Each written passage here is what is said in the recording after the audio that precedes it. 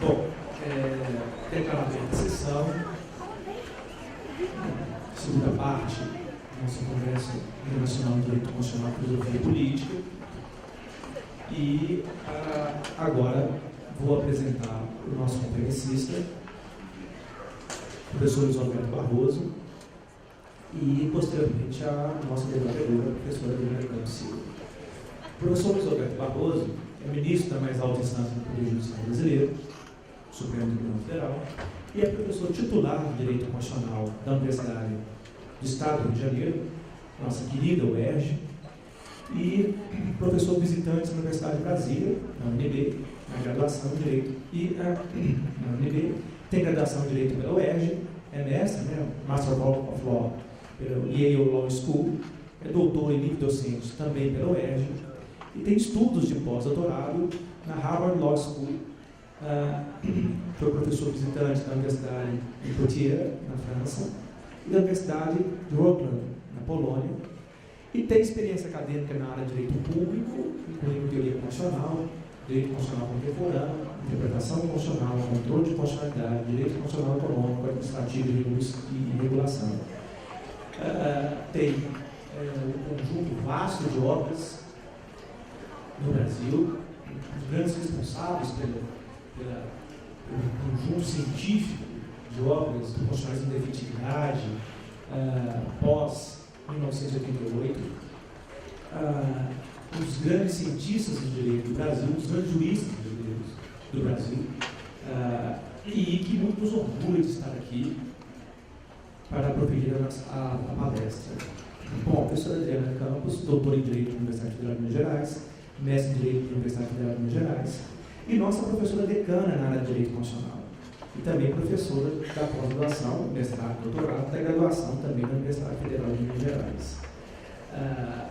Eu, sem mais delongas, fico muito feliz que a casa está lotada, a nossa assistência. Passo a palavra ao ministro e grande mestre, grande jurista do Brasil, Luiz Alberto Barroso. Por favor, ministro.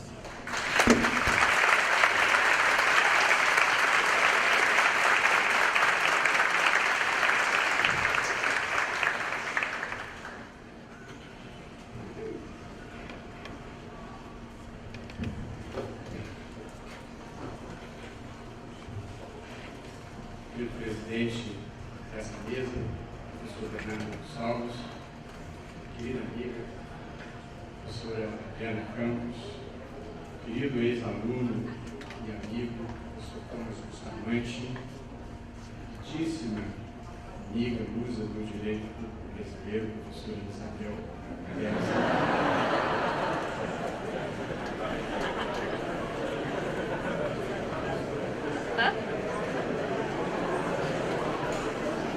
Caro amigo, professor Marcos Tuchel, quem tenho usado aqui e ali com grande prazer.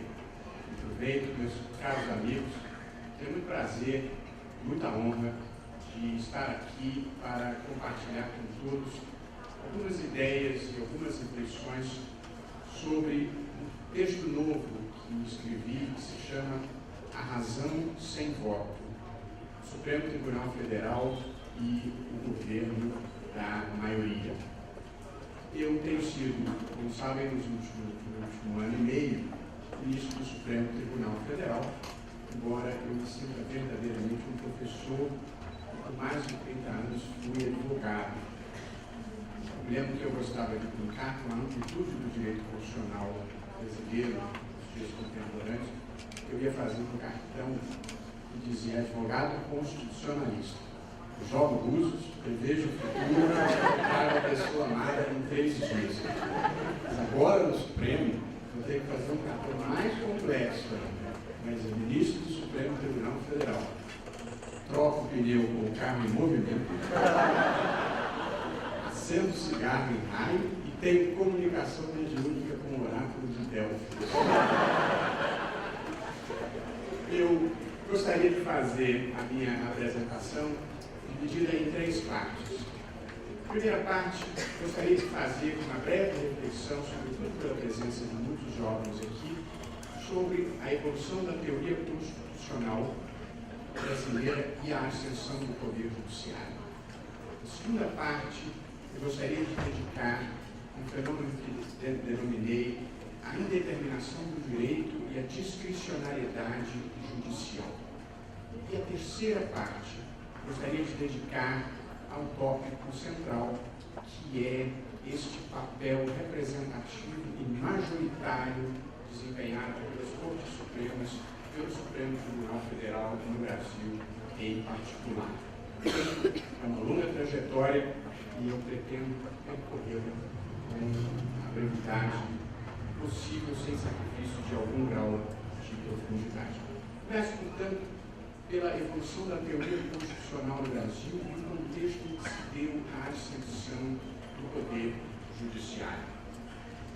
A teoria constitucional no Brasil, nas últimas, talvez, 4 décadas, passou por fases distintas. A primeira delas, que era a fase do regime militar, ela produziu uma teoria constitucional dividida em duas.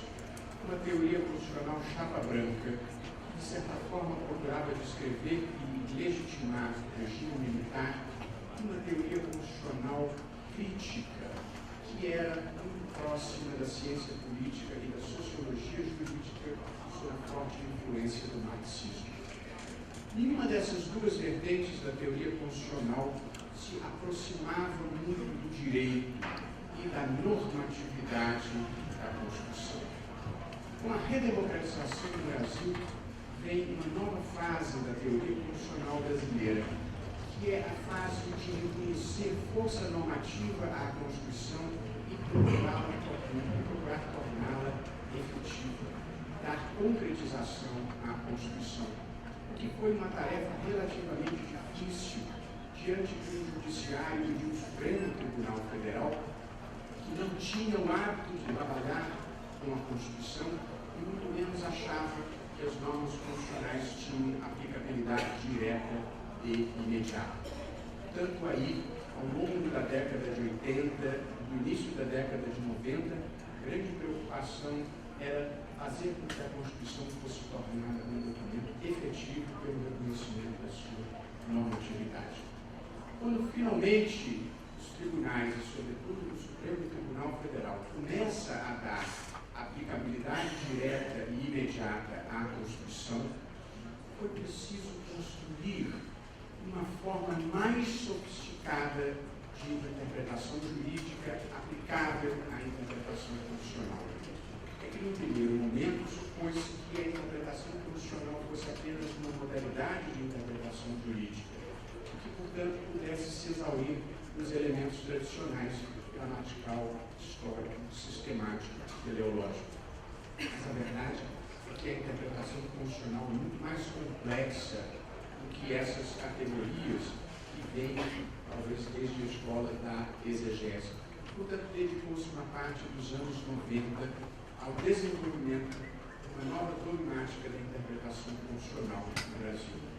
Até chegarmos à fase em que eu identificaria que estamos hoje, que é um momento já maduros na redemocratização, em que nós incorporamos um conjunto de transformações ocorridas, sobretudo a partir da Europa, que mudaram o modo como se pensa e se pratica o direito constitucional no Brasil.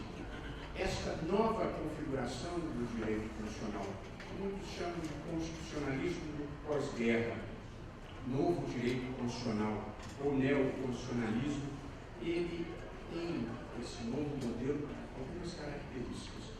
O que o direito constitucional que se pratica hoje no Brasil tem como marco histórico no mundo europeu a reconstitucionalização de Alemanha e Itália depois do segundo pós-guerra e o surgimento de um Estado constitucional de direito, que substitui o Estado legislativo de direito que vigorava na Europa até então.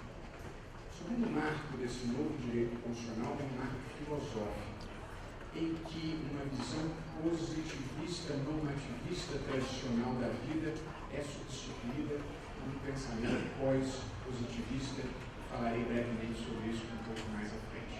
E, por fim, o direito constitucional que se pratica hoje no Brasil, como decorrência dessas transformações mundiais, tem como marco teórico 3 transformações muito importantes. Reconhecimento de força normativa à Constituição, que é um fenômeno relativamente recente na experiência brasileira, a criação e expansão da jurisdição constitucional e o surgimento de novas categorias para a interpretação constitucional. E suficiente de teorias apenas para dizer que a teoria constitucional brasileira vai de um momento de absoluta falta de normatividade, que é a fase da ditadura, passa pela conquista da efetividade, pela sofisticação da interpretação constitucional e pelo momento atual, que é o novo direito constitucional, ou neoconstitucionalismo, que inclui esta expansão da jurisdição constitucional, o poder dos tribunais interpretarem e aplicarem a Constituição. Pois bem, é precisamente nesse contexto que se dá a ascensão política e institucional do poder judiciário. Particularmente no Brasil, existe um fenômeno mundial. Desde a Segunda Guerra Mundial, o judiciário se expandiu. E há algumas causas mundiais para isso. O mundo constatou, ao final da guerra, que o judiciário forte e independente era importante para a proteção dos direitos fundamentais e para a preservação das regras do jogo democrático. Além disso, o mundo vive, talvez há pelo menos 50 anos, um certo desencanto com a política majoritária, com a política representativa, que potencializou, em alguma medida, a expansão do papel dos tribunais. E, por fim, e especificamente no caso brasileiro, nós temos uma Constituição extremamente abrangente, que cuida de uma grande quantidade de coisas e, na medida em que se constitucionaliza uma matéria, ela, em última análise, foi retirada do processo político e trazida para o mundo do direito. Constitucionalizar é, de certa forma, judicializar potencialmente, porque desde que uma matéria esteja incluída em uma norma constitucional, ela é suscetível de gerar pretensões dedutíveis perante o poder judiciário. Por isso, eu completo esse primeiro capítulo da minha exposição, que procurei descrever, evidentemente com a brevidade inevitável, este conjunto de transformações da teoria constitucional brasileira e esse momento importante que nós vivemos, que é o da ascensão do poder judiciário. Esse não é o coração da nossa conversa, do nosso debate, por isso eu fui excessivamente breve, me lembrando aqui de uma história que eu considero supra-sumo da brevidade, pois a professora determinou aos seus alunos que escrevessem uma redação sobre religião, sexo e nobreza, que fosse muito breve, porque um aluno com grande poder de síntese lavou. Ai meu Deus, como é bom, disse a princesa ainda ofegante.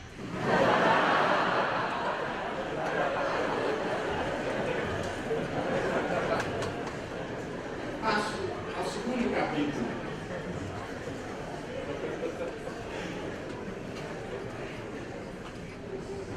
No dia que o mundo do direito conseguir esse poder de síntese, nós teremos feito uma revolução no país. Passo agora ao nosso segundo capítulo, que diz respeito à indeterminação do direito e à discricionariedade judicial. O direito, nos últimos 40, 50 anos, passou por um processo relevante de transformações no mundo em geral, com reflexos profundos sobre o Brasil. Eu gostaria aqui de destacar 3 dessas transformações pelo impacto que produziram nesta circunstância da judicialização e da indeterminação do direito. A primeira dessas grandes transformações foi a superação do formalismo jurídico. durante muitas décadas, um longo período ao longo do século XIX e um bom período ao longo do século XX, acreditou-se que o processo de interpretação e aplicação do direito fosse essencialmente um processo técnico em que os juízes faziam subsoluções de fatos às normas. Que o raciocínio judicial típico consistia em um raciocínio silogístico, no qual a lei era a premissa maior, os fatos relevantes a premissa menor e a sentença a conclusão. A verdade, porém, é que esta visão formalista foi confrontada com a constatação inevitável de que para muitos problemas não há uma solução pré-pronta no ordenamento jurídico e, portanto, exige-se, em alguma medida, uma atuação criativa dos juízes, o que, evidentemente, põe por terra ou desacredita uma parte, pelo menos, dos pilares do formalismo jurídico. A segunda transformação importante foi o advento de uma cultura pós-positivista, uma cultura que preconiza que o direito não cabe inteiramente dentro da norma positivada, dentro da norma legislada. E é intuitivo, se eu acabo de dizer que nem sempre as soluções se encontrarão integralmente previstas no relato da norma, que, portanto, o juiz terá de desempenhar alguma atividade criativa, ele precisa ir buscar a parcela da solução do problema que não se encontra no direito em outro lugar. E deverá fazê-lo, entre outras possibilidades, na filosofia moral em busca da justiça e na filosofia política em busca da legitimidade democrática. Portanto, o pós-positivismo não significa propriamente uma derrota da norma jurídica e do positivismo jurídico, mas a constatação de que ele é insuficiente para dar conta da complexidade do processo de interpretação jurídica. Nessa cultura pós-positivista, que aproxima-se o direito da ética, traz-se a dignidade da pessoa humana e os direitos fundamentais para o centro do sistema jurídico e a interpretação do direito, de uma maneira geral, deve-se fazer a partir desses valores. E, por fim, a terceira mudança profunda ocorrida no direito contemporâneo diz respeito à passagem da Constituição para o centro do sistema jurídico. Essa é uma transformação profunda ocorrida no caso brasileiro nos últimos 25, 30 anos, menos que 30, 25 talvez. O direito, de uma maneira geral, ele foi construído e consolidado ao longo do século XIX sobre as instituições do direito privado. Os grandes monumentos jurídicos que prepararam a dogmática jurídica do século XX foram o Código Civil francês de 1804, Código Napoleão, e o Código Civil francês e alemão de 1900. Portanto, o século começa e termina sob a égide do direito privado, em que os grandes protagonistas do direito eram o contratante e o proprietário. Ao longo do século XX, se verifica um processo progressivo de publicização do direito, pela intronização de normas de ordem pública no direito privado e pela crescente preocupação do Estado com justiça social, igualdade material e neutralização dos abusos do homem sobre o homem. Portanto, o século XX assiste uma publicização do direito e termina sob o signo da constitucionalização do direito, da leitura constitucional do direito. Vale dizer, devem-se interpretar todos os ramos do direito a partir dos valores, dos princípios e dos mandamentos constitucionais.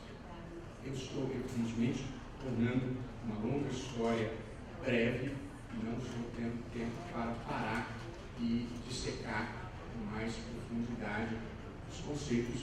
Portanto, espero não estar causando grande aflição, embora os conceitos em direito sejam sempre causa de grande aflição A gente atravessa a vida com essas aflições e nunca se liberta delas. Portanto, podem relaxar.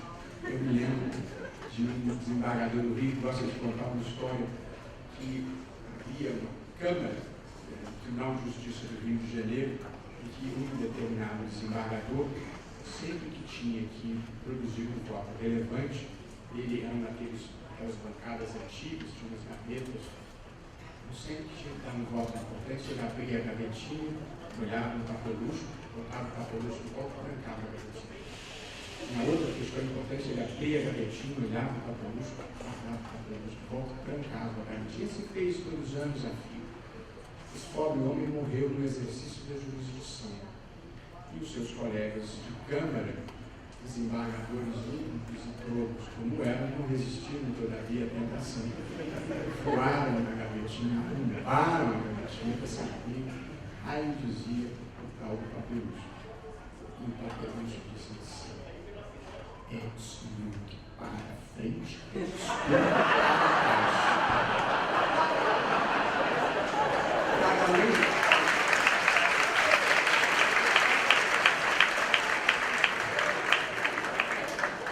Cada um na vida sabe as dificuldades que carrega.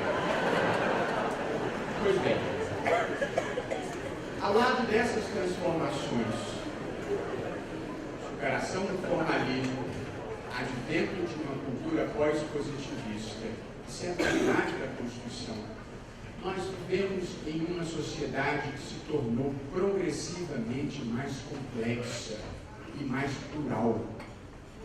O mundo já não é mais capitania de ideologias abrangentes, de religiões englobantes. A grande característica do mundo contemporâneo é a pluralidade, a diversidade, complexidade. E isso se manifesta em todos os domínios.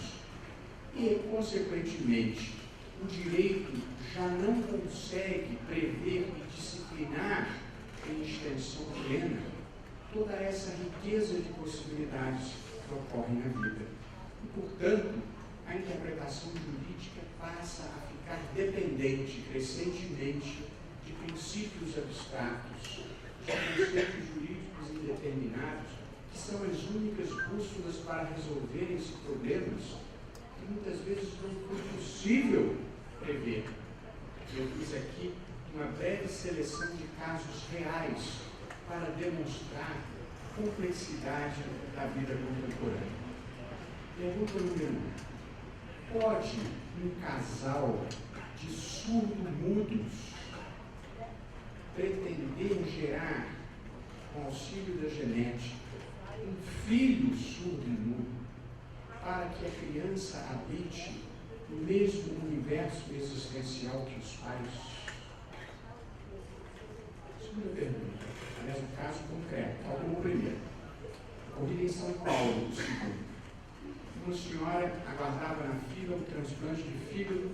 Quando chegou a vez dela, primeiro lugar na fila, ela recebeu o seu filho. Em seguida, a fila andou e o cavalheiro passa para o primeiro lugar da fila.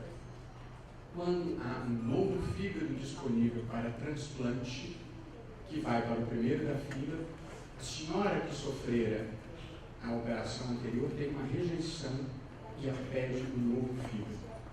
E o juiz, portanto, tinha que decidir qual dos dois teria o direito de receber aquele fígado. E o que essencialmente significava dizer o juiz ia escolher quem ia viver e quem ia morrer. Um terceiro exemplo.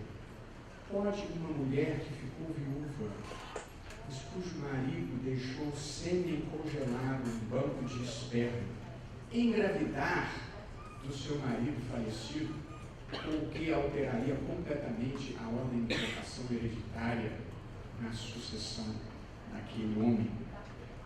Pode uma pessoa que é adepta da religião Testemunha de Jeová recusar terminantemente a transfusão de sangue, porque isso contraria os seus valores religiosos, mesmo no caso de risco potencial e efetivo de morte?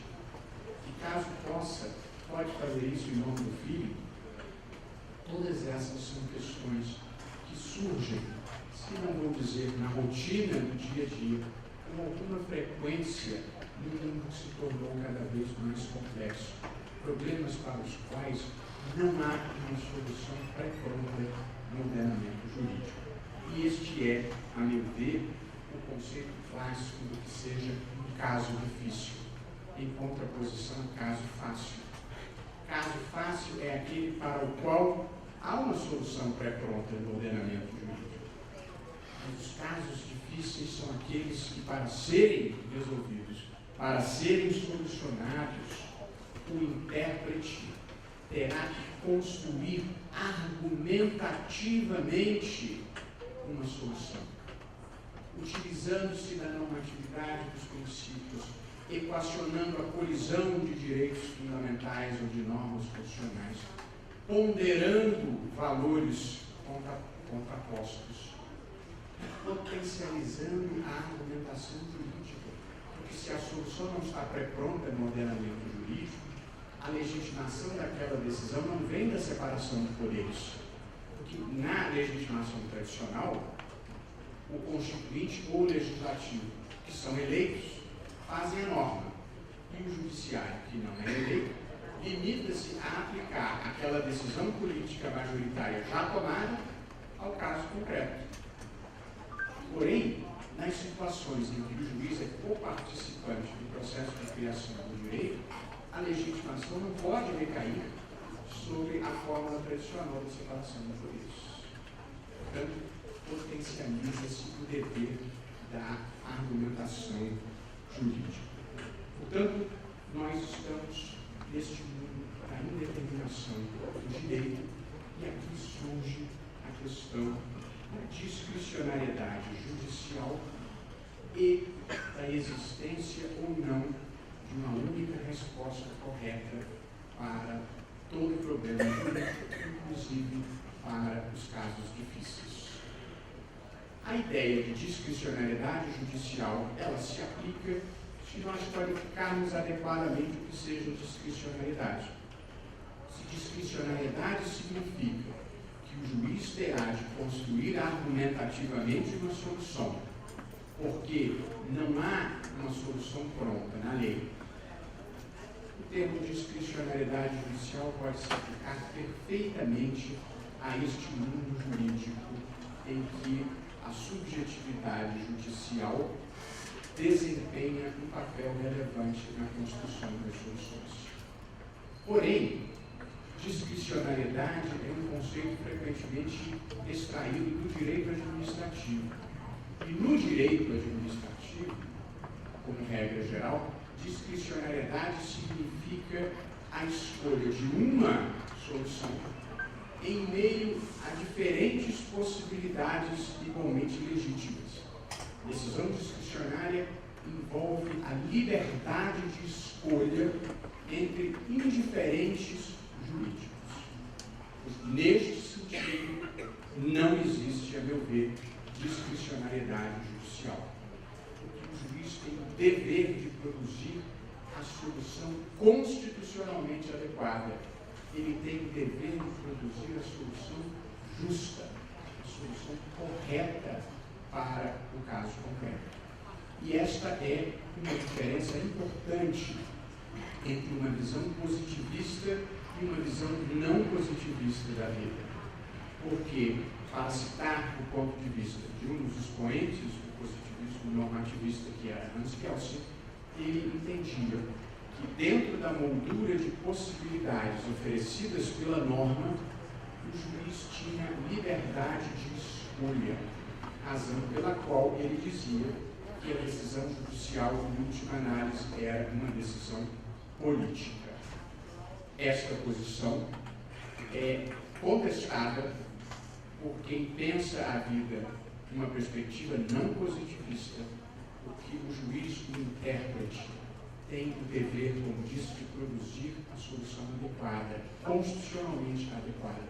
O direito tem, para utilizar uma expressão celebrizada pelo professor Robert Alexi, uma pretensão de correção. Tem uma pretensão de produzir a justiça.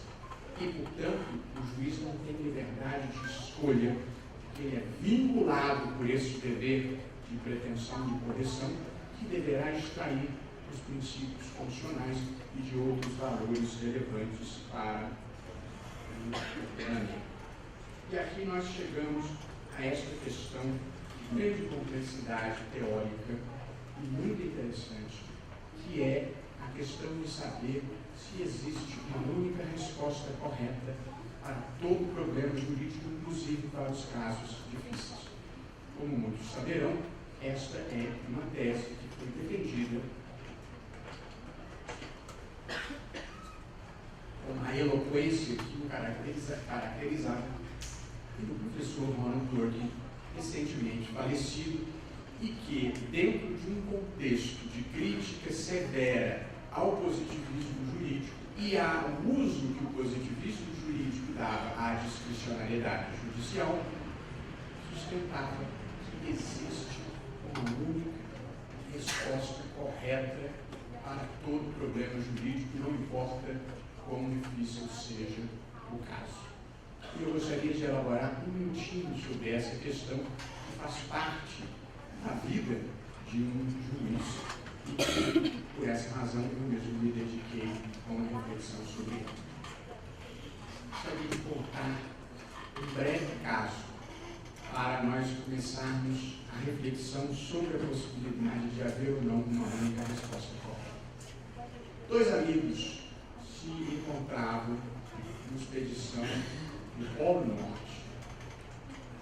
Já tinham terminado o dia de trabalho, estavam sentados em um bar, tomavam uma cerveja, como previsível falavam sobre mulheres, depois falavam sobre esportes, e já depois de algumas cervejas estavam falando sobre religião. Um deles era religioso e o outro era ateu. A uma certa altura, o ateu vira-se para o religioso e diz: esse negócio de acreditar em Deus, não é que eu nunca tenha tentado. Eu já tentei mais de uma vez, mas Deus nunca apareceu para mim. Ainda recentemente eu estava perdido em uma tempestade de neve brutal. Eu comecei a congelar de frio, não conseguia encontrar o meu caminho, a neve estava começando a se acumular e eu vi que eu ia morrer. Então eu me ajoelhei e disse: Deus, se você existe, me tira daqui, salva a minha vida. E aí o religioso disse: bom, então você deve se tornar um homem crente, porque eu estou vendo você aqui, vivinho da Silva, tomando uma cerveja. Ao que ele disse: pois é, mas Deus não deu nem sinal.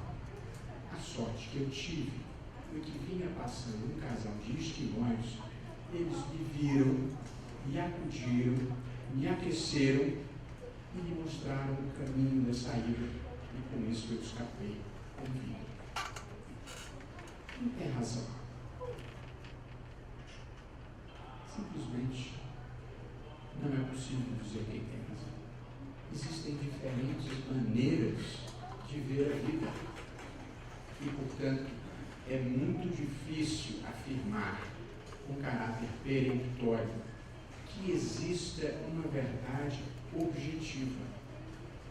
Até porque, se for imaginar que exista uma resposta correta e uma verdade objetiva, é preciso que alguém tenha a competência para proclamar qual é a verdade.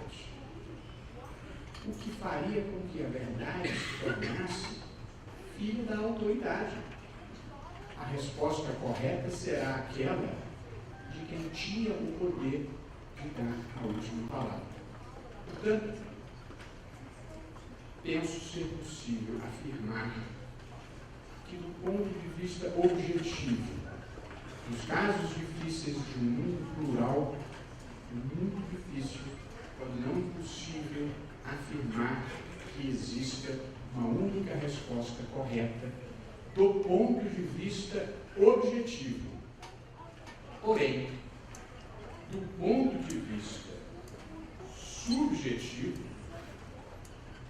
aí existe uma única resposta correta.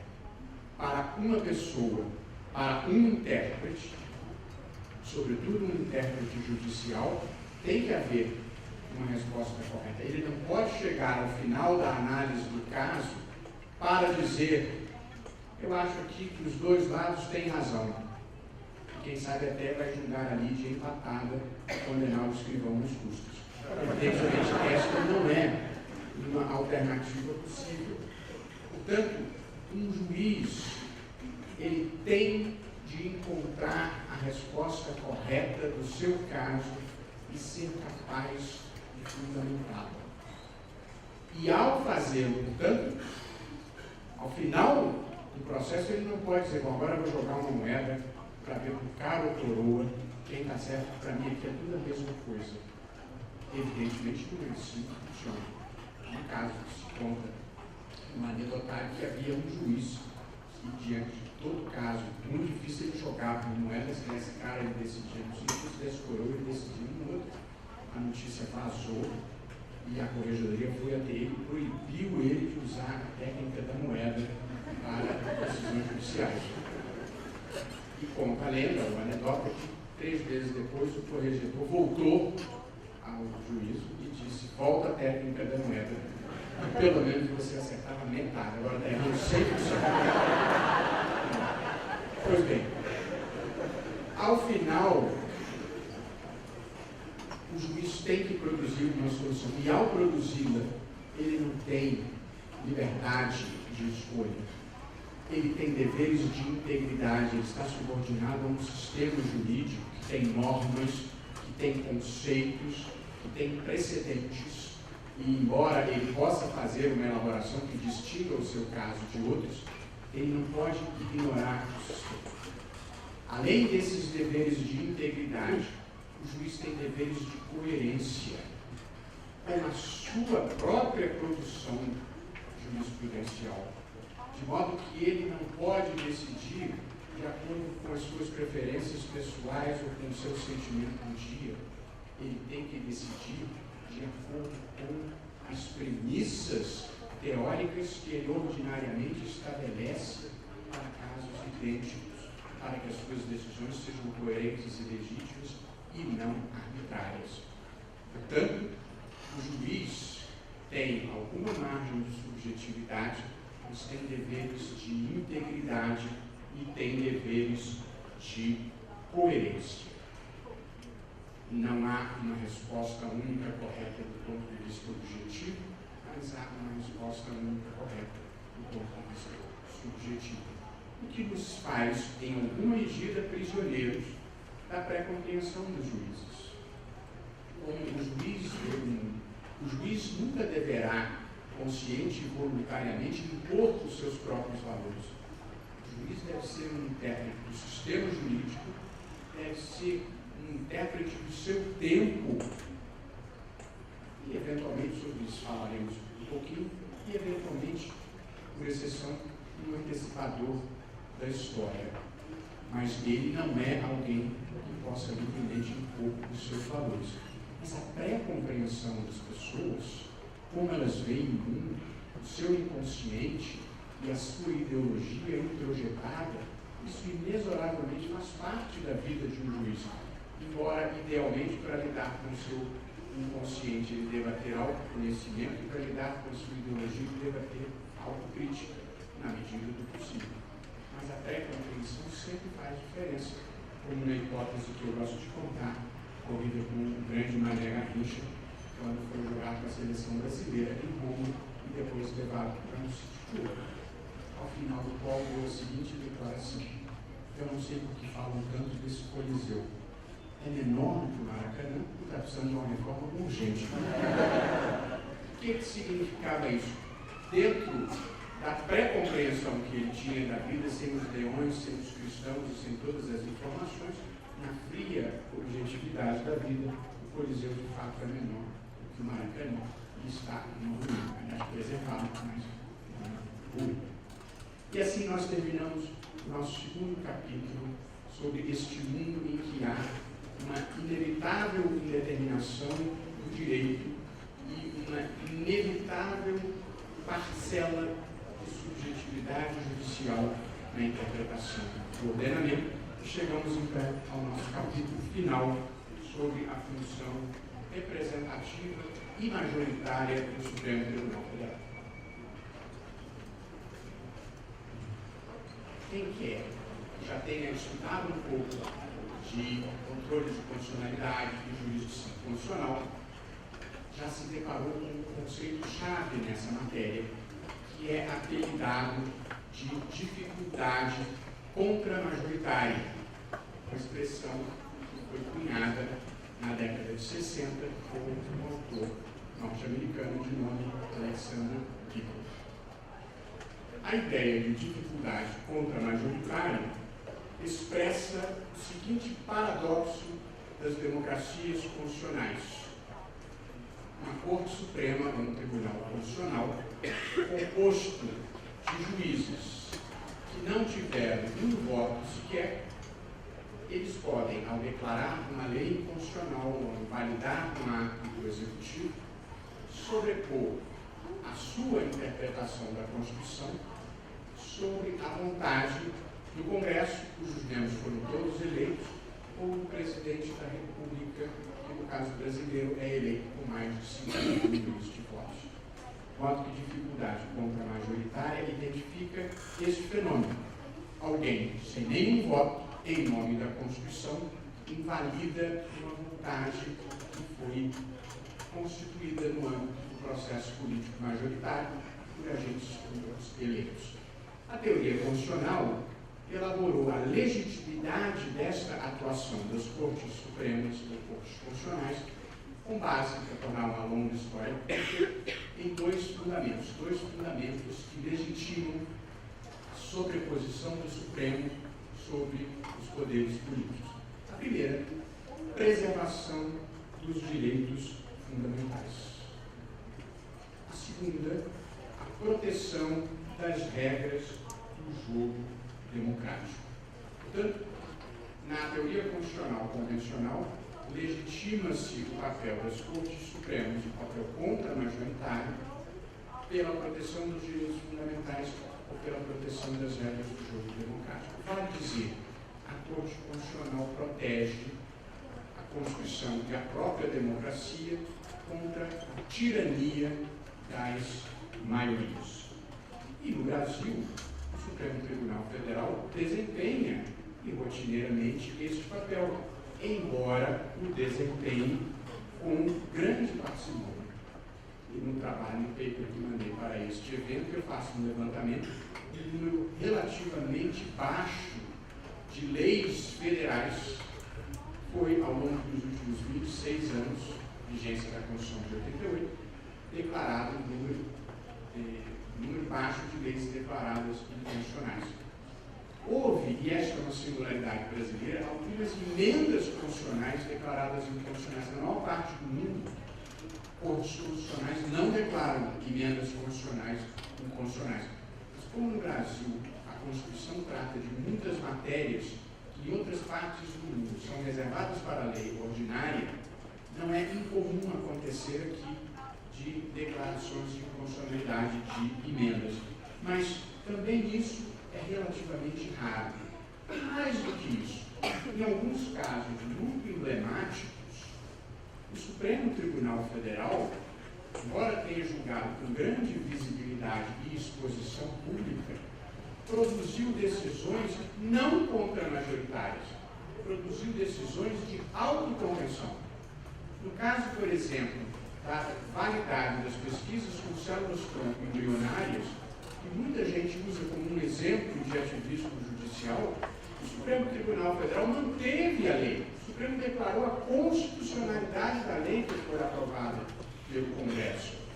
No caso das ações afirmativas para pessoas negras e pardas, o tema controvertido e decidido pelo Congresso, o Supremo declarou constitucional, portanto, foi deferente para com a escolha feita pelo Congresso Nacional. No caso da demarcação da terra indígena Raposa Serra do Sol, uma ampla extensão do território de Roraima, um tema polêmico e igualmente levado ao Supremo Tribunal Federal, o Supremo Tribunal Federal manteve a demarcação que havia sido feita pelo Ministro da Justiça, homologada pelo Presidente da República. Portanto, apesar das questões terem sido judicializadas e terem tido grande visibilidade, as decisões foram decisões de autocontenção e não decisões em que o Supremo tivesse expandido o seu papel, o exercício da jurisdição. É bem verdade, no entanto, e aqui é que eu quero chegar, é que o Supremo tem desempenhado, em alguma medida, um papel que não é contra-majoritário, é um papel majoritário, é um papel representativo, é um papel de fazer valer a vontade da sociedade quando esta vontade não tenha conseguido prevalecer no espaço público, no espaço político. E esta é a singularidade e a complexidade desse momento brasileiro. O poder legislativo, o processo político majoritário, enfrenta problemas em todo o mundo. Há uma crise na representação política em todo o mundo. É uma crise que já dura há tanto tempo e em tantos países, que talvez já seja até impróprio chamar de crise. Há uma dificuldade crônica no equacionamento da representação política no mundo de uma maneira geral. Vale para o Brasil, vale para os Estados Unidos, vale para a Alemanha, vale para a Itália.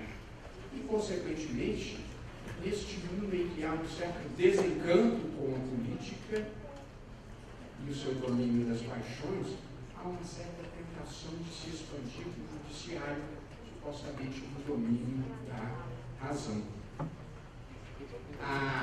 E no caso brasileiro, talvez mais do que em outras partes do mundo, isso tem se manifestado de uma forma muito visível, em que em muitas situações a sociedade acredita mais nos seus juízes do que nos seus representantes políticos e presta mais atenção no que fazem os seus juízes do que fazem os seus representantes políticos. Eu estou descrevendo um fato. Eu não estou dizendo que ele seja bom, pelo contrário. Nós precisamos enfrentar este déficit de legitimidade na representação política, mas é muito fácil exemplificar. Para voltar ao exemplo de pesquisas com células-tronco embrionárias, quando o Congresso Nacional aprovou a lei permitindo as pesquisas com os embriões, o que são as pesquisas com células-tronco embrionárias? Envolve a possibilidade de se destinarem embriões congelados há mais de 3 anos, que sobraram dos procedimentos de fertilização in vitro, destinarem esses embriões à pesquisa científica. Quando a lei foi aprovada, não houve nenhum debate público. Ninguém nem ficou sabendo. Mas quando o Procurador-Geral da República questionou a constitucionalidade desta lei perante o Supremo Tribunal Federal, houve um debate nacional. Evidentemente, há uma distorção no mundo em que um debate judicial tem mais visibilidade e repercussão social do que o debate político na casa por excelência de representação popular, que é o parlamento. E, portanto, nós precisamos ser capazes de equacionar esse problema e enfrentá-lo adequadamente para remediá-lo. Mas, voltando ao papel representativo do Supremo, para concluirmos, a verdade é que o conceito de democracia ele se substantivou ao longo do tempo.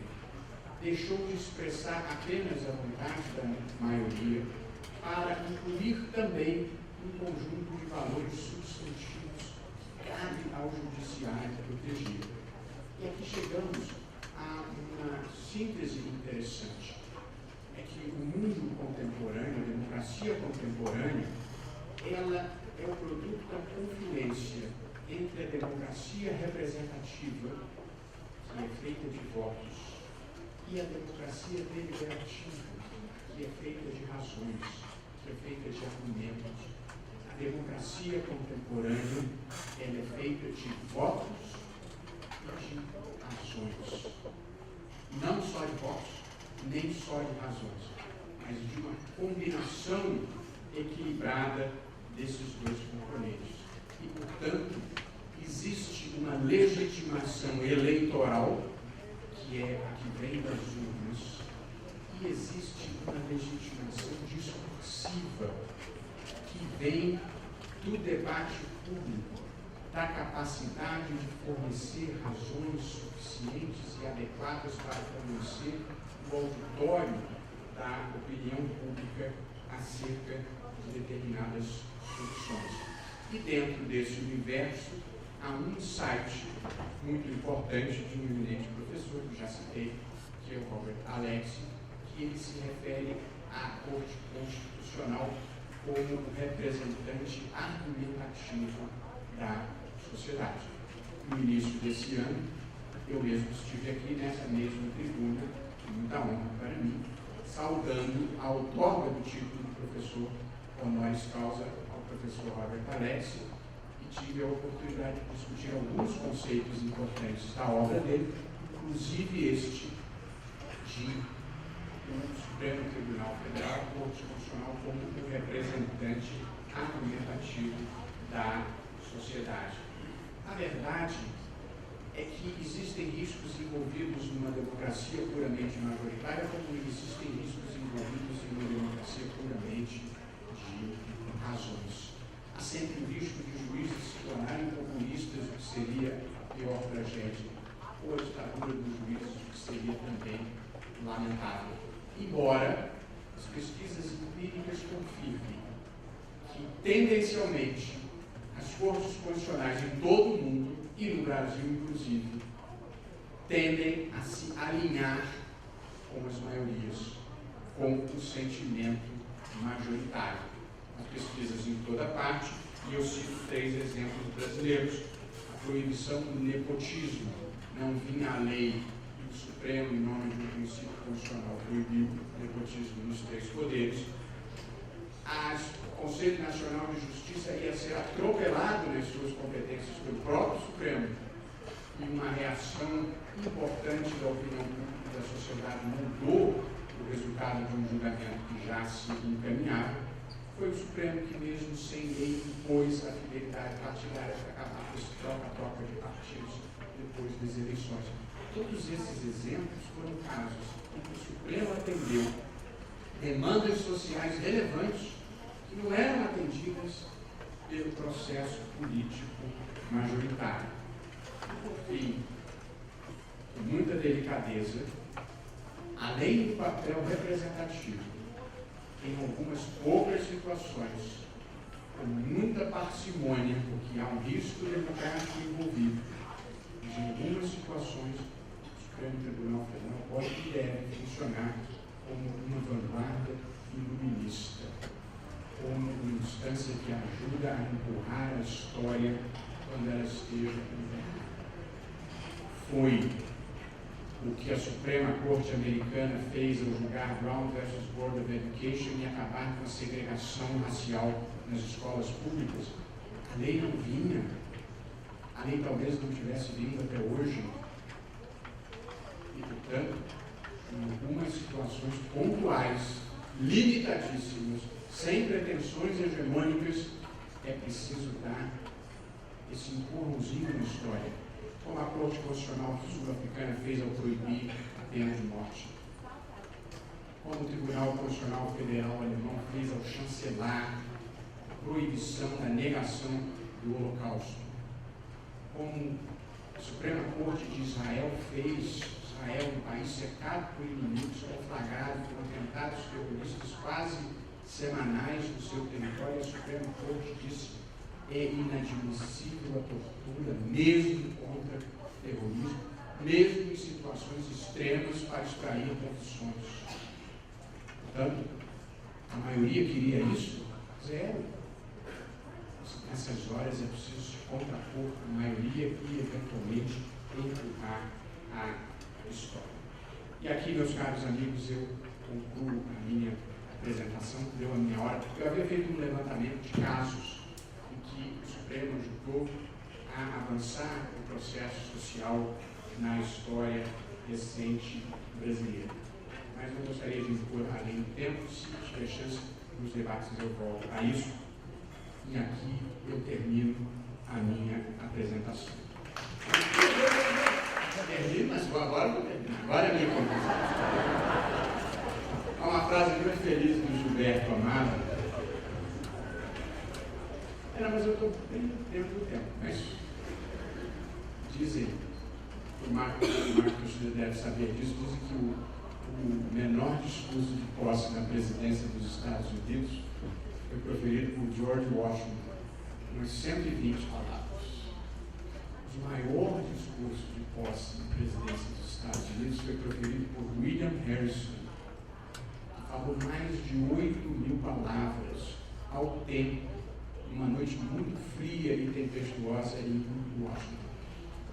William Harrison morreu 30 dias depois de uma gripe gravíssima que contraiu naquela noite. Portanto, conta a lenda que essa é a maldição que recai sobre os oradores que falam além do seu tempo. Por isso, vou concluir. Há uma frase feliz do Gilberto Amado, em que ele diz: querer ser mais do que se é ser menos. Eu, pessoalmente, penso que o Supremo Tribunal Federal, com todas as circunstâncias brasileiras, o Supremo não está em outro mundo, tem contribuído de uma forma relevante para avançar alguns valores republicanos e aprofundar a democracia e promover o avanço social no Brasil. Formalmente, o Supremo dá a última palavra, mas apenas formalmente. O Supremo Tribunal Federal, ele atua em interação com a sociedade e em interação com as outras instituições, e o dia que se descolar do sentimento social e da realidade institucional brasileira, ele simplesmente perde a sua credibilidade e a sua capacidade de tornar efetivas as suas decisões. O Supremo só é capaz de tornar efetivas as suas decisões porque ela é baseada numa autoridade que tem forma de credibilidade. O Supremo não comanda nem dinheiro, que não manda no orçamento, nem as armas, porque não manda nas Forças Armadas. Portanto, a sua autoridade, ela vem de credibilidade. Só tem credibilidade quem não abusa do poder.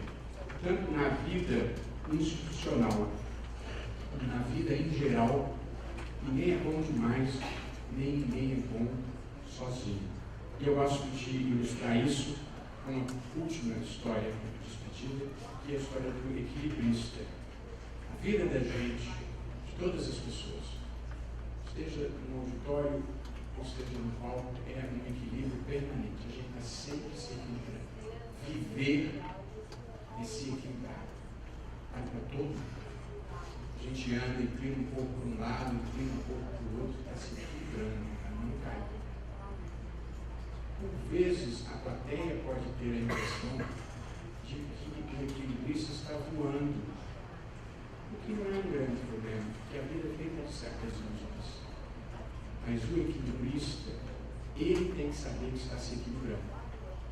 Se ele achar que está voando, ele vai cair. E na vida real não tem rede.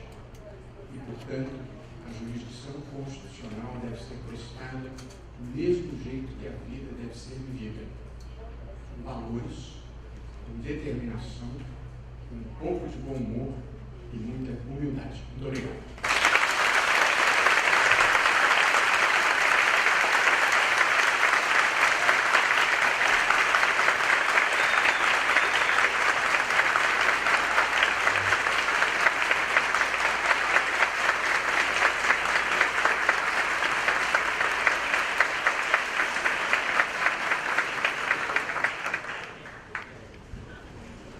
Bom, ainda sobre o impacto da conferência do professor Roberto Barroso, eu passo a palavra à professora Adriana Campos para as considerações, para o debate.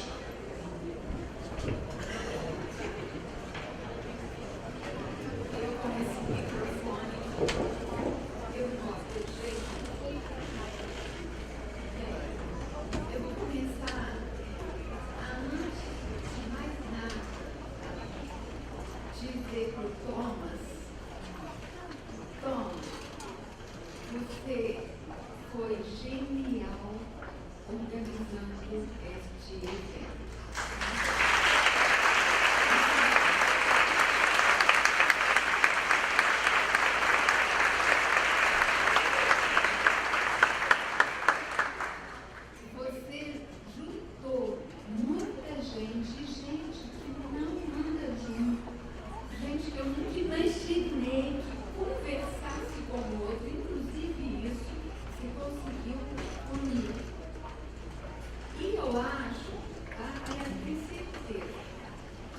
você, durante esse tempo, com toda a vida que você tem, né, desde pequenininho, aprendeu também com a nossa bisavó a fazer isso, a saber unir, a saber, sabe, ouvir com um carinho especial.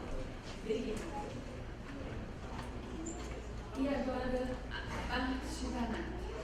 É o seguinte, o Tom, de novo, me deu uma missão difícil, que é debater, não me olha que você debater com, agora eu nem sei como é que eu falo, ministro, Vossa Excelência, ou Luiz Roberto, ou o apelido que eu não vou falar.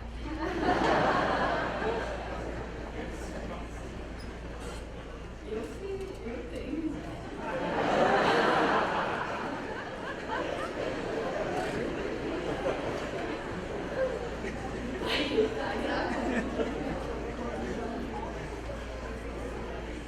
Então, eu decidi ser eu mesma.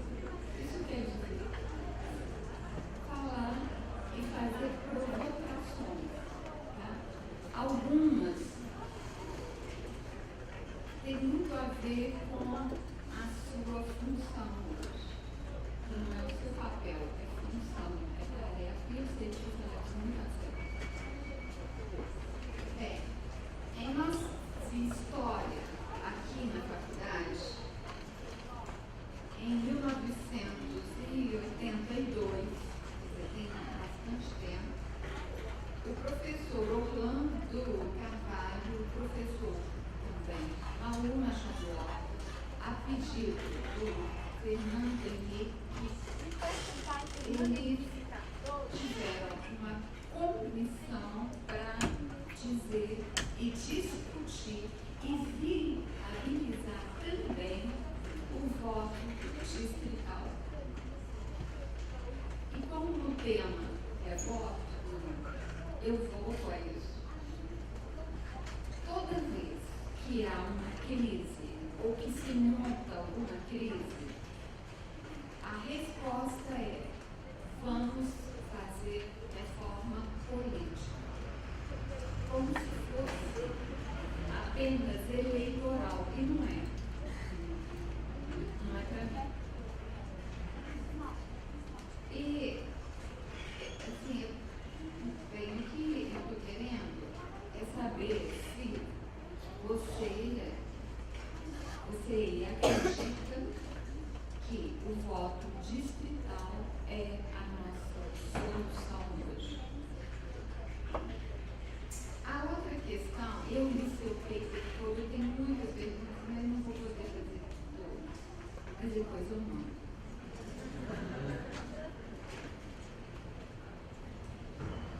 O tempo todo você fala do quê? Ascensão do poder judiciário. E que ele não se deu como forma de rompimento, né? E aí me veio um livro, Coronelismo, Enxada e Volta. Essa ascensão, devido à nossa história aqui, não é uma forma de paternalismo, de ter nem, sabe, a necessidade de ter um pai que vai te dar soluções. Você defende também a volta do voto branco. O voto branco hoje não vale para absolutamente nada. É voto nulo. No entanto, para mim é voto de insatisfação. Aqui, no DIP, eu costumo votar branco e avisar a pessoa que eu estou votando branco. Porque eu não confio, eu não acredito. Então, meu voto é branco. E eu queria saber a posição que você tem.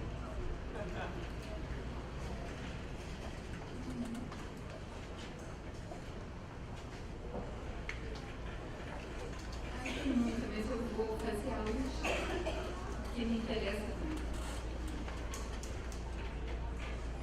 E a volta da cláusula de desempenho, que ao contrário de tudo que diz Fábio Ribeiro, olha só, não equivale à cláusula de Barreiro, que é para partido. Desempenho é para quem? Representante. Obrigada. Depois eu te mando muitas, porque tem muitas mesmo. Ok, todo mundo ouviu ok, quer dizer, eu posso mandar.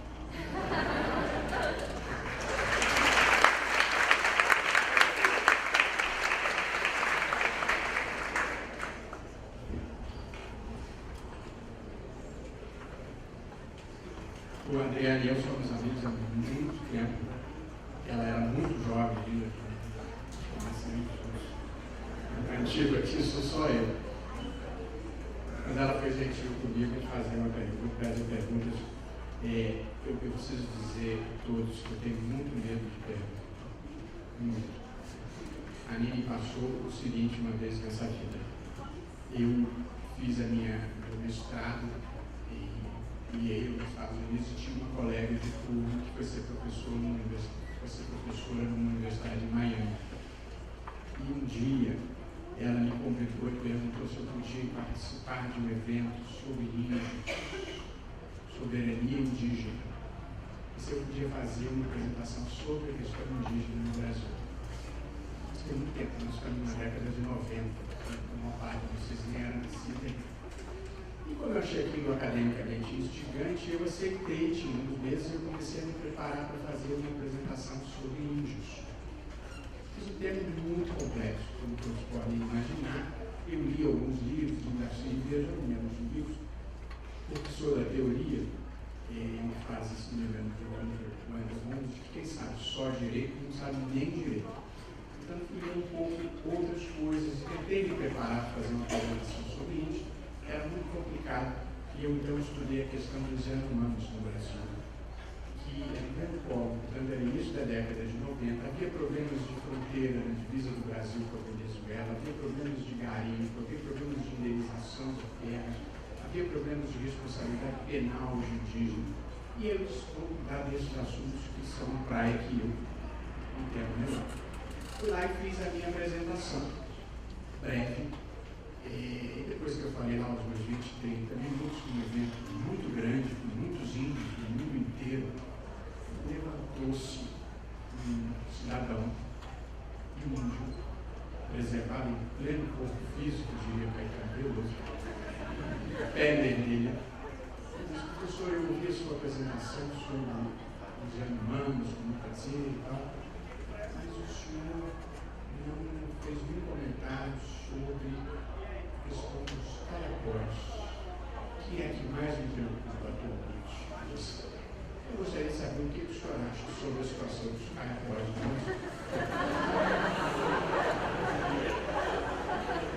Eu preciso dizer a vocês, com a sinceridade de quem já está há muitos anos no estrado, quando ele acabou de perguntar, eu imaginei que a morte era uma alternativa.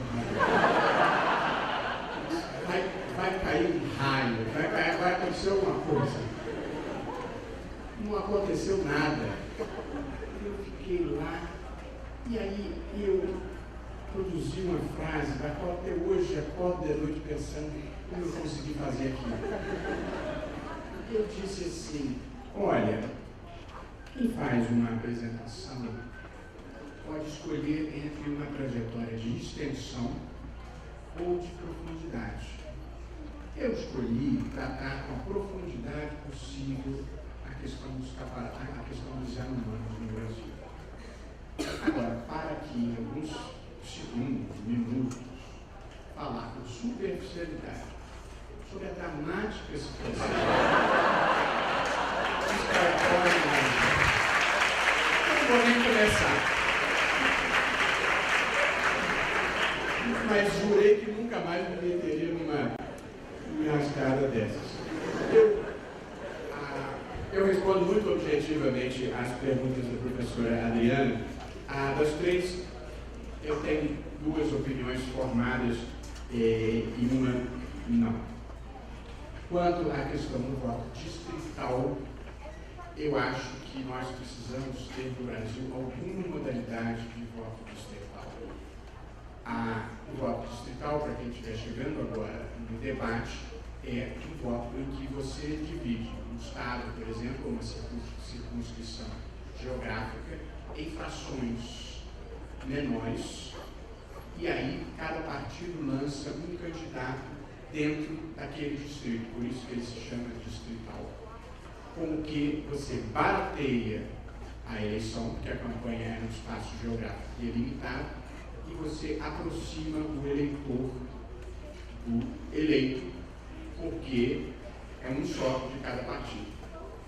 A fórmula oposta é a que vigora no Brasil, que é o sistema de votação proporcional, em que todos os candidatos às eleições parlamentares disputam votos em todo o Estado, o que não só encarece enormemente as eleições, como ademais faz com que, passado um mês do pleito, poucas pessoas se lembrem exatamente em quem votaram.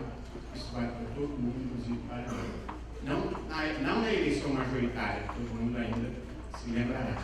Mas a eleição proporcional, o esquecimento vem rapidamente, que você não tem a presença do candidato eleito no seu distrito, ele fica diluído pelo Estado.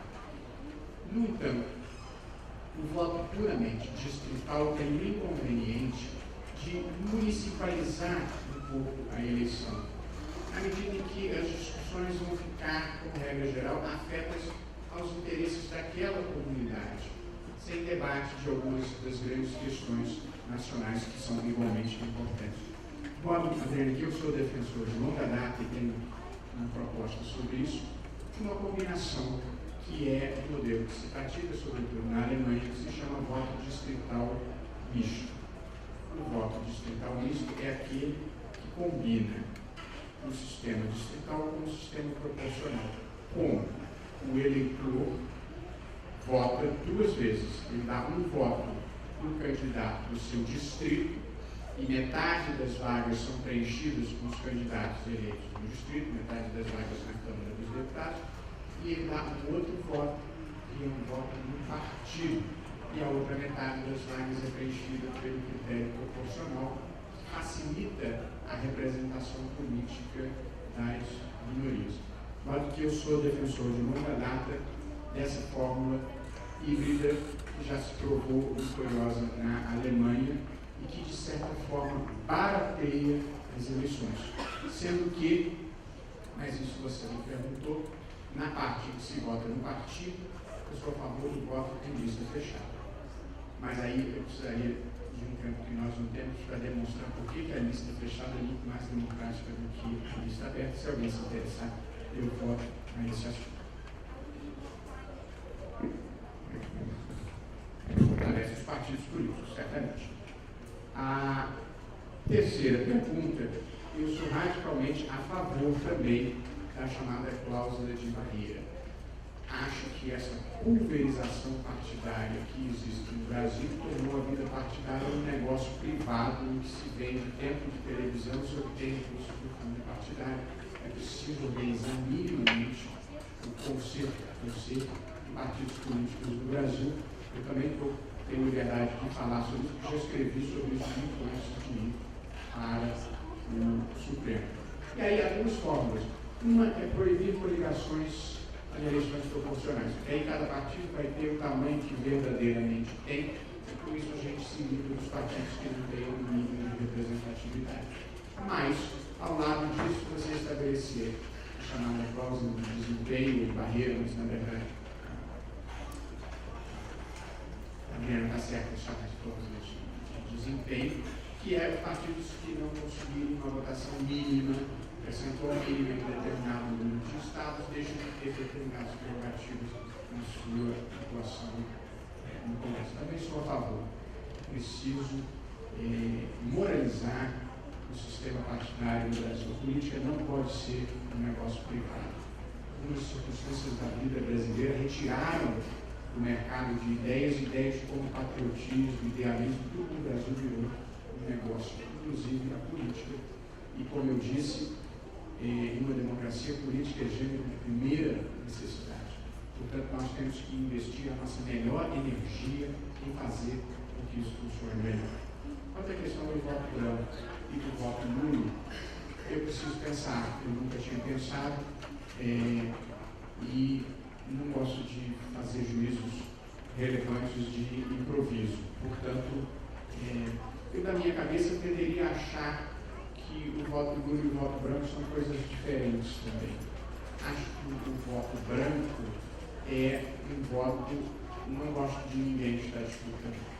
Ao passo que o voto nulo considero que esse sistema é imprestável. Portanto, acho que são manifestações diferentes de vontade. Mas, não fui pego de surpresa pela pergunta, essa pergunta também comigo. Eu vou me reservar o direito de fazer uma reflexão depois de responder por e-mail. Bom.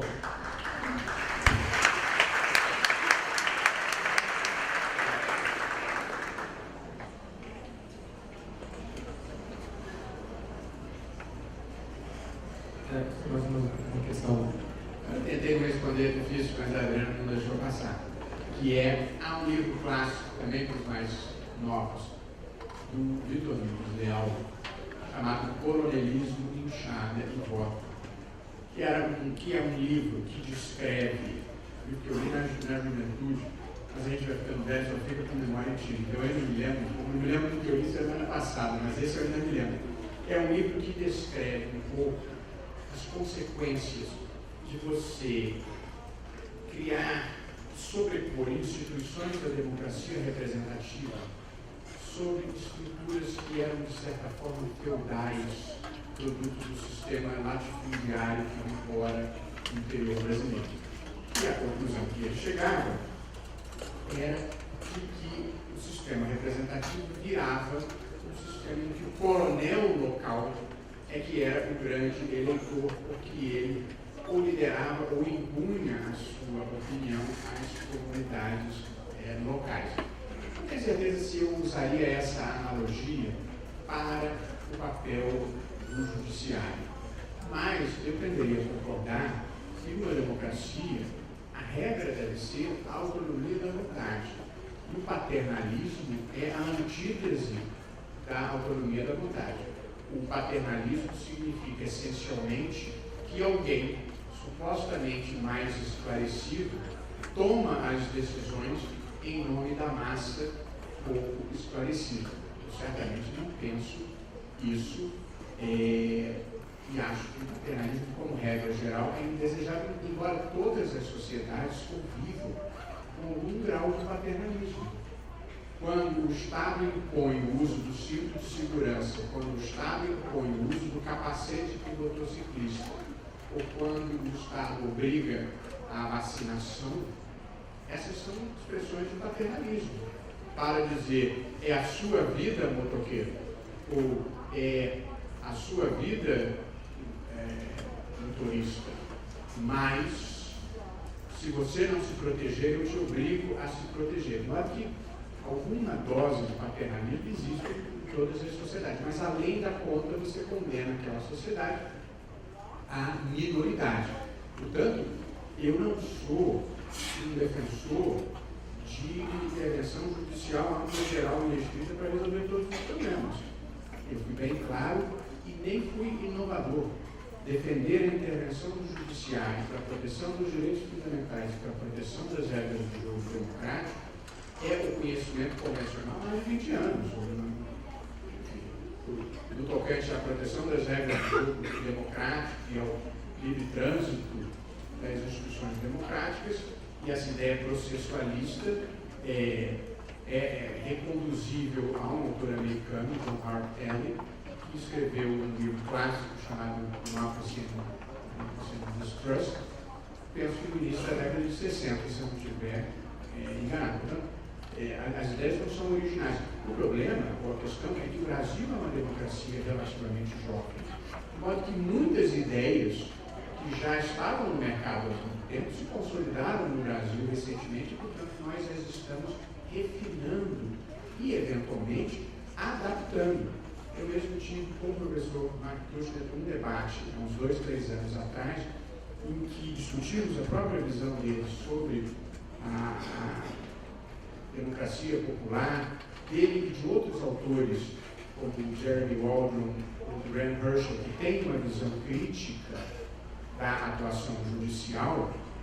E nesse debate, eu procurava demonstrar a ele, não sei se convenci, de que a visão dele próprio, verbalizada de uma forma mais contundente pelo Graham Herschel, era a de que o poder judiciário havia se tornado o último bastião, a última reserva do conservadorismo no mundo. Tanto o mundo, ao longo do século XX, se democratizou em democracias de massas com ampla participação popular. E o Graham Herschel, estudando casos específicos, África do Sul, Nova Zelândia, Israel, se não me engano, 3, 4 estados, ele chegava a essa conclusão. O judiciário é o refúgio dos conservadores. E eu então argumentava, e é o que eu acho, continuo a achar, que esta formulação não é válida para o Brasil.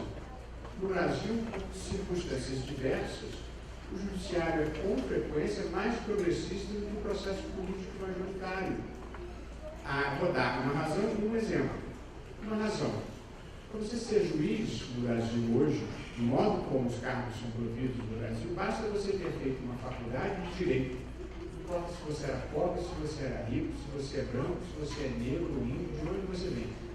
Se você se formar em direito, fizer um estudo sistemático por 2, 3 anos e passar num concurso para juiz, você vira juiz. Isso democratizou imensamente a magistratura no Brasil diante da pluralidade de faculdades de direito que nós temos. Ao passo que, para você se eleger deputado, ao custo que hoje é exigido para uma campanha, você tem que ter algum tipo de associação com o capital, com o financiamento, você tem que ter algum compromisso com quem vai financiar a sua campanha. Portanto, o juiz, para algumas decisões, ele é mais independente, muitas vezes, do que o parlamentar. E é fácil exemplificar isso. Um caso relativamente recente do Supremo, que eu não participava ainda, a Constituição prevê, artigo 7º, inciso 1, que, em caso de demissão imotivada, o empregado faz direito a uma indenização, que será calculada na forma da lei, diz a Constituição de 88. Passados mais de 20 anos na Constituição, nunca que venha essa lei. Então, se aplicava para este caso um dispositivo do ato das resoluções constitucionais transitórias que dizia, enquanto não vier a lei, a indenização é 10% do valor depositado no FGTS. Passados 20 anos, alguém entrou com um mandado de injunção perante o Supremo e disse, tem que implementar isso. E o Supremo diz, passados 20 anos, nós vamos regulamentar. Não houve consenso ali na hora e, portanto, se adiou a sessão para o Supremo imaginar a forma pela qual iria regulamentar esse tipo de indenização. O que aconteceu? A lei, que por mais de 20 anos não saíra no Congresso, saiu rapidamente no Congresso, em um mês e pouco. Por qual razão? As classes empresariais brasileiras acorreram ao Congresso e conseguiram que o Congresso aprovasse a toque de caixa uma fórmula de indenização que elas achavam boas, porque teriam, com razão, que o Supremo queria alguma coisa muito mais protetiva para o empregado do que era possível obter no Congresso Nacional. Portanto, esse é um bom exemplo de onde vêm decisões mais progressistas ou mais conservadoras no Brasil. De modo que, hoje em dia, com a complexidade do mundo, há muitos conceitos de teoria constitucional que são universalizáveis. Mas há alguns que não são. quando o prefeito de Nova York alterou a legislação para permitir mais outra reeleição, não sei se é terceira ou quarta, ninguém nos Estados Unidos deu nem um pio. Essa é uma questão irrelevante. E se no Brasil alguém colocar na mesa de discussão sobre reeleição para um terceiro ou quarto mandato, eu acho que isso tem que gerar uma preocupação com legitimidade democrática, continuidade do poder, abuso do poder. Portanto, há algumas circunstâncias próprias de cada país faz com que o que seja problema em um país não seja problema em outro país. E a gente tem que viver a própria realidade. Eu gosto de dizer, Bernardo, sempre, nós estamos, eu adoro o Brasil, vivo onde gosto, vivo onde escolhi, sou feliz e realizado aqui. E é esse o país que eu quero ajudar a transformar. Agora, nós somos o que somos, estamos onde estamos, e no próximo Natal não vai haver neve. Bom, agradecendo ao professor mais uma vez, a professora Adriana também, e abrindo para as perguntas, nós estamos com um problema de tempo até para tradução, porque são 12h47 e eu não via e de modo algum, e faz relação com pessoas sem prazer, e a professora Adriana também. Então, nós temos 13 minutos e são 9 inscritos. Que eu vi, que na hora que começa um subir ali 2, aí o pessoal começa a levantar a mão também, aí passa 12, 18. Eu acho que é interessante, né, a vontade de participação, mas eu queria limitar, nós temos 13 minutos até para as respostas. Claro que nós vamos abrir para perguntas, mas eu vou limitar as perguntas. Me perdoem o papel chato, né? Quem puder escrever, tiver a oportunidade de escrever, passar para o ministro também, pode ser o caso. A professora Vera, depois a professora Joana, a professora Cláudia, do outro lado deles. São 6 só. Infelizmente, nós vamos deixar com 6 perguntas. Espero que as perguntas sejam breves.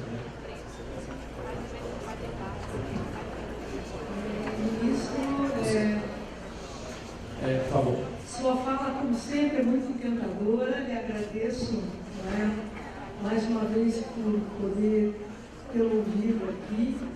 Mas, ao mesmo tempo, há algo nela que me inquieta bastante sobre as inquietações que eu quero ouvir. Não é? E ela me inquieta porque apresenta uma narrativa constitucional muito linear. Então, havia uma legalidade autoritária, as constituições 67, emenda de 69 dos atos institucionais. Posteriormente, com a redemocratização e a Constituição de 88, houve, como o senhor bem disse, um processo de efetivação da Constituição, portanto, o funcionalismo da efetividade. Em seguida, um protagonismo judicial na concretização da Constituição e também a necessidade de uma hermenêutica constitucional.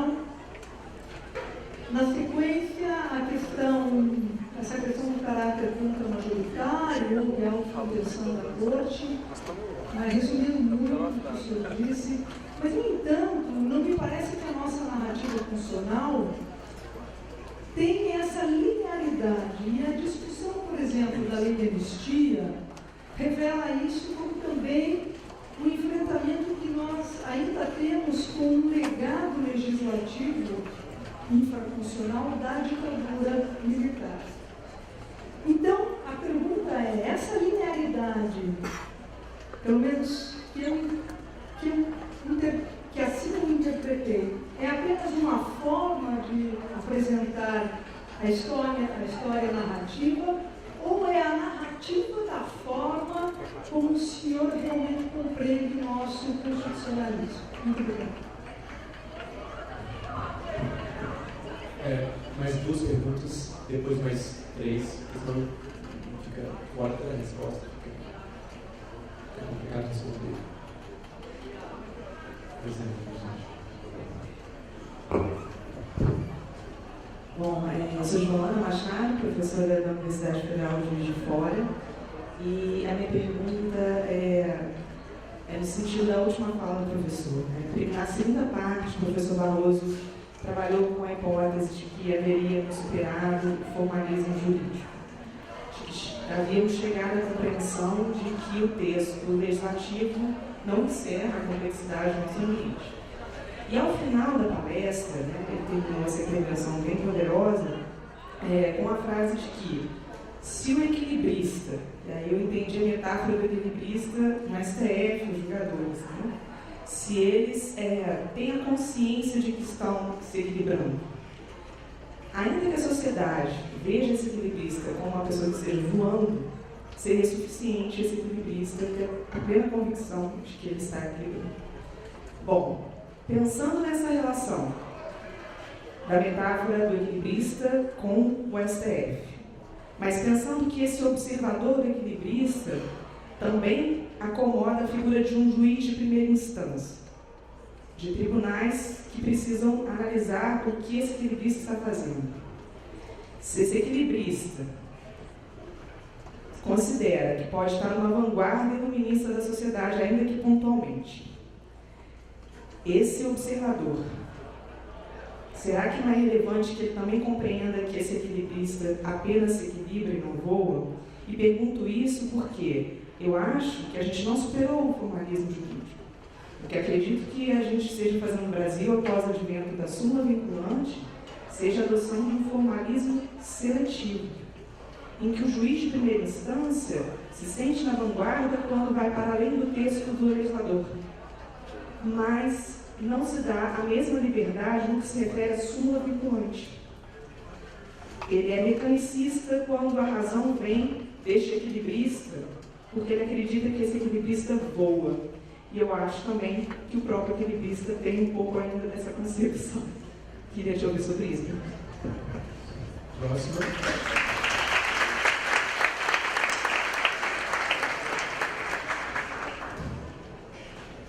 Meu nome é Luísa Krug, sou aluna de mestrado da Universidade Federal do Rio Grande do Sul. Luísa Krug.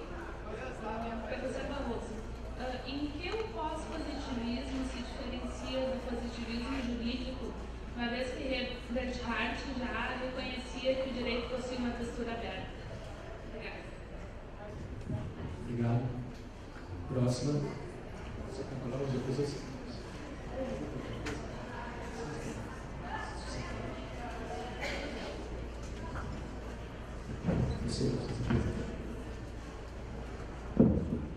Boa tarde, professor. Antes de mais nada, professor, permanentemente. A minha colocação, na verdade, se divide em duas rapidamente. Cláudia Toledo. Bom, ontem à noite, as duas exposições foram, o professor Marlon, marcantemente, de forma incisiva, foi contra a existência de um judiciário que não tem legitimidade porque não é eleito.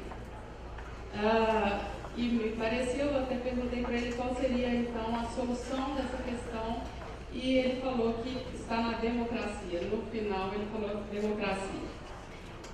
E o professor Thomas, ele também asseverou nesse sentido a talvez incorreção de se colocar na mão de 9 ou de 11 juízes, ministros, a última palavra de um país.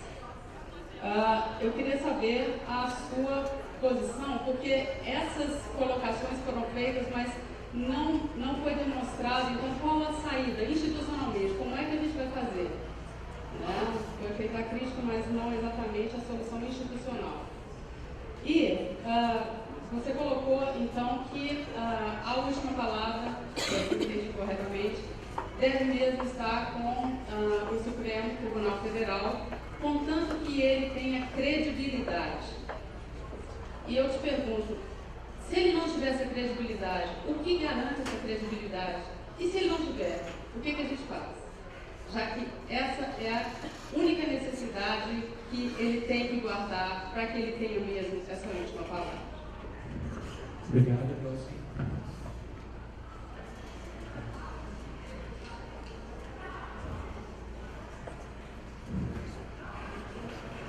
Meu nome é Beatriz, eu sou mestre em Direito Processual Civil de São Paulo e sou doutora em Direito Constitucional pela Federal de Pernambuco. E eu não consigo separar a jurisdição constitucional de aspectos processuais, então a minha questão é bem processual. A senhora afirmou que o juiz tem a obrigação de dar uma resposta mais adequada para o caso que está apresentado. E a minha questão é de lege lata, porque eu acompanhei, claro, o julgamento da ação penal 477, sei qual é o posicionamento do senhor de lege minha questão é de lege ferenda, porque de lege lata eu já sei qual é o posicionamento do senhor. O Supremo Tribunal Federal tem uma sistemática de recursos internos. Então, a Suprema Corte, ela manifesta a sua posição, mas ainda existe a possibilidade dela mudar de opinião num determinado momento, se for apresentado algum recurso. Isso causa alguns problemas internos. Posso citar, por exemplo, a questão da súmula vinculante número 12, em que foi editada uma súmula vinculante após o julgamento de diversos recursos extraordinários, só que esse recurso não havia estado julgado, e depois de 3 anos, houve a modulação de efeito da súmula, que foi a da taxa de matrícula, através do julgamento, de um embargo de declaração, de um agravo regimental, de uns recursos extraordinários que não haviam estado julgados. Então, a minha questão é: será que não seria o caso de repensar essa existência dos recursos internos dentro do Supremo Tribunal Federal para ter mais legitimidade?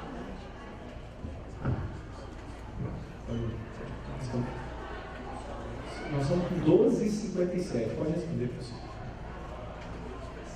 Nós somos 6, ainda dá conta até lá.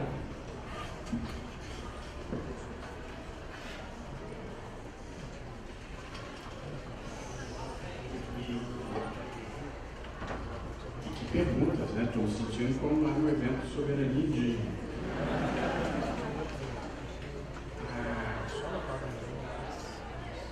Pergunta feita com muita sofisticação. As perguntas foram feitas com sofisticação, eu não vou poder responder com sofisticação por causa da brevidade. A história, às vezes ela é linear, às vezes ela não é linear. Um dos insights interessantes de um livro clássico que eu li, mas esse eu não li há tanto tempo assim, mas é um livro que discute o conceito de paradigma do Kuhn. Ele precisamente discute em que momento você tem saltos, coisas diferentes. Mas eu acho que esse processo que eu descrevi com uma certa linearidade, eu vejo assim. Eu ingressei na vida adulta, digamos assim, passei a observar o Brasil em 1975, com a morte do Vladimir Herzog. Foi a primeira coisa que me chamou a atenção. No Brasil eu tinha de 16 para 17 anos, e aí chamou a atenção porque o filho se suicidou, as dependências do Segundo Exército, ele era judeu, eu sou filho de uma judia, então observei que ele foi enterrado no cemitério, na ala que não era a ala dos suicidas, estranho. Depois continuei lendo o jornal Censura, a imprensa estava sob censura. Aí depois li que Dom Paulo Evaristo Arnes, cardeal arcebispo de São Paulo, o chefe regional da Igreja Católica, celebrou um culto ecumênico em homenagem ao Vladimir Herzog, que é uma coisa estranha acontecendo aqui. Me lembro de ter despertado para o Brasil ali e acompanhado a história brasileira desde a abertura que o Geisel tinha começado em 74, que teve idas e vindas, mas andou numa mesma direção, depois veio o governo Figueiredo, de modo que, quer dizer, essa ideia de que houve uma abertura, um avanço lento, mas contínuo do processo de democratização, do processo civilizatório, eu vejo assim mesmo. Portanto, eu estou relatando a história tal como eu a percebi. Linear no sentido de não ter havido recurso, não, mas linear no sentido dela ter sido constante, eu penso que sim. Uma das imagens que eu gosto, embora eu não seja hegeliano, uma das imagens que eu gosto na filosofia do Hegel é essa ideia de que há uma trajetória contínua do bem, não na velocidade que a gente gostaria, mas constante, que avança o processo histórico. Tem legado? Tem. Outro dia mesmo tem um caso comigo, fui enquadrado na Lei de Segurança Nacional. Meu Deus do céu, Lei de Segurança Nacional? Quer dizer, há algum resíduo totalmente fora de época no Brasil ainda. Eu concordo plenamente com você. A pergunta da professora Joana Machado é mais difícil ainda de eu responder. E ela tem muitas implicações. Quer dizer, o risco de o Supremo achar que está voando já é ruim em si. Se todos os juízes do país acharem que está voando, nós produziremos uma calamidade, um colapso do sistema. Portanto, a gente na vida, ninguém nessa vida deve presumir demais de si mesmo. Os momentos de voo são poucos. Mas, por exemplo, a questão das uniões homoafetivas, quem rompeu o ciclo foi um juiz federal do Rio Grande do Sul que assegurou a um companheiro de um funcionário da Caixa Econômica Federal o direito de ingressar no plano de saúde. Portanto, embora eu ache que as pessoas devem, o judiciário deve ter autocontenção e não achar que está voando, algumas vezes a história precisa desse empurrãozinho. Agora, você deu destaque, Joana, à súmula vinculante. A grande categoria hoje no Supremo, a meu ver, não é a súmula vinculante, é a repercussão geral. Que, de certa forma, produz o mesmo resultado de uma forma mais simples, que é, eu sou um defensor disso. E nisso acho que outras 10 vezes eu não consegui fazer valer, mas essa eu acho que está prevalecendo, que é, ao final de todo e qualquer julgamento do Supremo, todo e qualquer julgamento do Supremo, o plenário aprova a tese jurídica que foi afirmada. Isso acaba com um drama que eu sentia desde o tempo que era advogado, que você pega um acordo, os acordos do Supremo Tribunal Federal pareciam um filme do Monty Python, que o sujeito tinha uma corrida de 100 metros rasos, o sujeito dava um tiro de largada e corria cada um para um lado, você nunca vai saber quem ganhou. Então, pelo menos, como o sistema, o Brigitte deve ter falado isso, porque nós já debatemos isso muitas vezes, então, como o sistema é agregativo, cada um vai lá e deposita o seu voto, embora isso também esteja mudando um pouquinho, como cada um junta o seu voto, às vezes você não consegue nem saber qual foi o denominador comum. Então, eu acho que o Supremo tem o dever de ajudar o juiz de primeiro grau para ele saber qual foi a tese jurídica do Supremo Tribunal Federal. E eu acho, Joana, que num Estado democrático de direito, como regra geral, se a tese jurídica foi firmada pelo Supremo Tribunal Federal, os juízes devem segui-la, mesmo que isso envolva uma mera aplicação subjuntiva. A menos que ele seja capaz de, com um ônus argumentativo relevante, demonstrar que o caso dele é diferente, fazendo um distinguish, ou ser capaz de demonstrar que naquele caso, pela razão A ou B, aquela tese produz um resultado miseravelmente injusto. Mas, fora isso, o respeito aos precedentes faz parte de uma cultura democrática. A cultura democrática não é eu faço o que eu quero. A cultura democrática é eu sigo regras, desde que elas tenham sido estabelecidas legitimamente. Então, a observância de precedente é bom para a segurança jurídica, a observância é boa para a segurança jurídica, é boa para a isonomia e é boa para a eficiência do sistema, de modo que eu não tenho esse preconceito nem contra a súmula, nem contra a repercussão geral, porque ainda que não fosse uma opção filosófica, é uma inevitabilidade.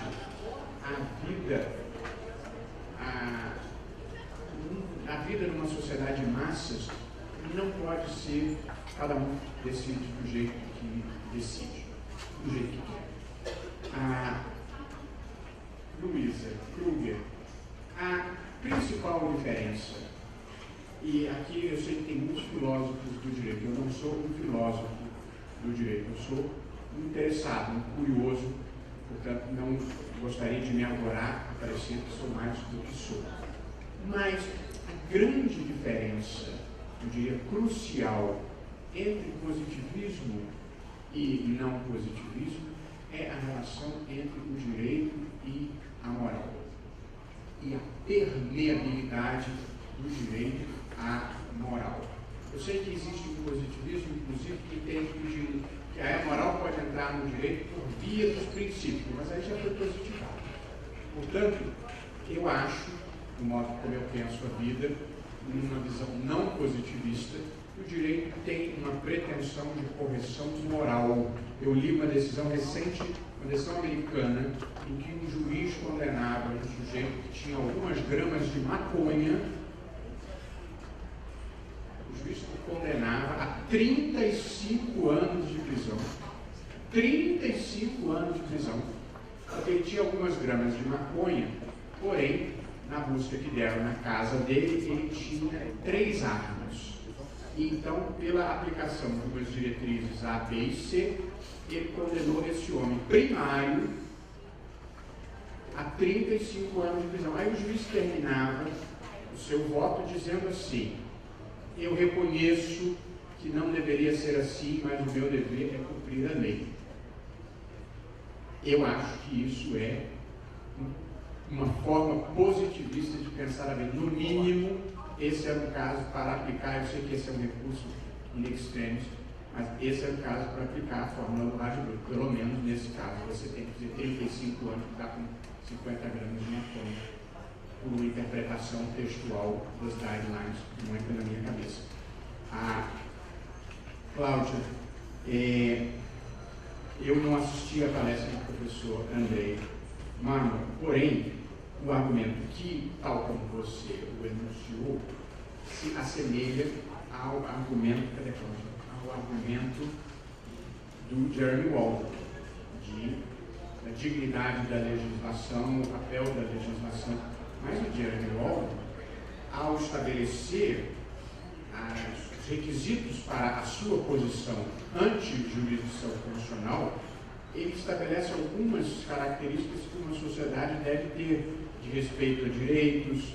Eu já não vou me lembrar todas de cabeça, li recentemente há alguns anos, mas quando eu acabei de ler aquelas 4, eu imaginei que não tem nenhuma sociedade que eu conheça que consiga preencher satisfatoriamente esses requisitos. Mas ainda que tivesse, eu acho que numa democracia em amadurecimento, um tribunal constitucional que preserva a democracia e empurre os direitos fundamentais é absolutamente indispensável. Pode não valer para toda parte, pode não valer para Nova Zelândia, do professor Walton, ou para algumas outras partes do mundo, mas não penso que seja assim no Brasil. A questão da última palavra é a última palavra quase no sentido de que o Supremo é o locutor, e não a última palavra no sentido de que ele é o criador do último sentido. Eu acho que o Supremo tem que interpretar os sentidos de acordo. E aí é uma combinação complexa, de acordo com o sentimento social e de acordo com algum compromisso com o avanço da história. Porque se você for sempre majoritário, você não consegue superar situações de preconceito. Se você fizer um plebiscito, provavelmente jamais vai passar casamento de pessoas do mesmo sexo.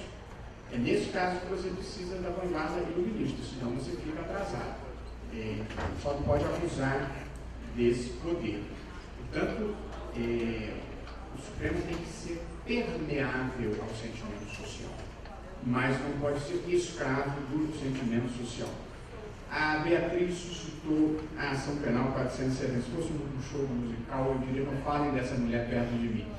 Mas, já que falou da ação penal 470, e de como as democracias em amadurecimento precisam de judiciário para conter a força das paixões, a coisa mais importante que eu aprendi em 1 ano e meio do Supremo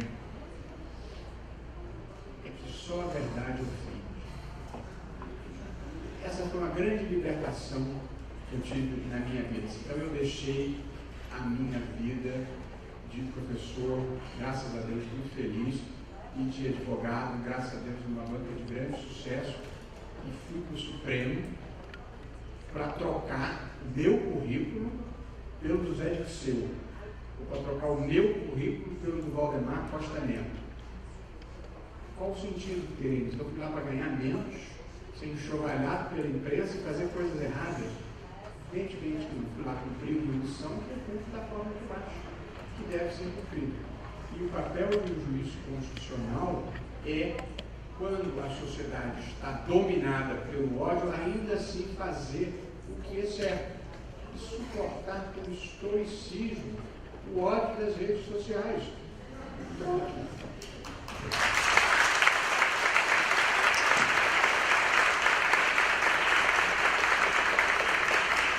Agradecer, professor